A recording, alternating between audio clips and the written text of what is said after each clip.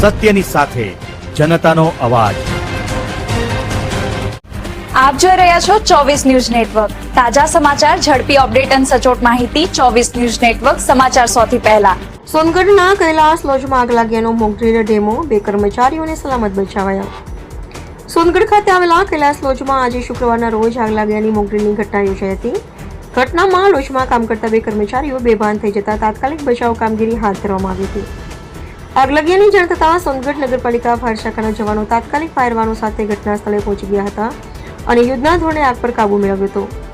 Fire શાખાના જવાનો દ્વારા લોજના બીજા માળે ફસાયેલા 2 કર્મચારીઓને સુરક્ષિત રીતે નીચે ઉતારી બચાવવામાં આવ્યા હતા। કોઈને ગંભીર ઈજા ન પહોંચે તે માટે ફાયર ટીમ દ્વારા નીચે સુરક્ષા નેટ પણ પકડી રાખવામાં આવી હતી। ઈજા પામેલા કર્મચારીઓને તાત્કાલિક સોનગઢ રેફરલ હોસ્પિટલ ખાતે ખસેડી સારવાર આપવામાં આવી હતી। ફાયર શાખાના જવાનોએ ટૂંક સમયમાં આગને સંપૂર્ણ કાબૂમાં લેતા નગરજનોએ રાહતનો શ્વાસ લીધો હતો।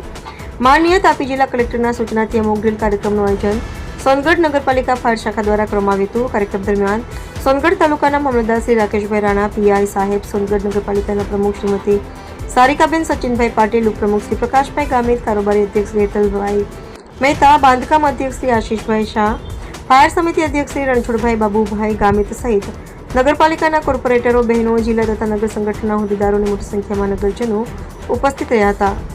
મોકડ્રીલ દ્વારા ઇમરજન્સી સમયે કેવી રીતે સાવચેતી રાખવી અને બચાવ કામગીરી કરવી તે અંગે લોકોને જાગૃત કરવામાં આવ્યા હતા। રિપોર્ટર હાર્દિક જોશી, સોનગઢ।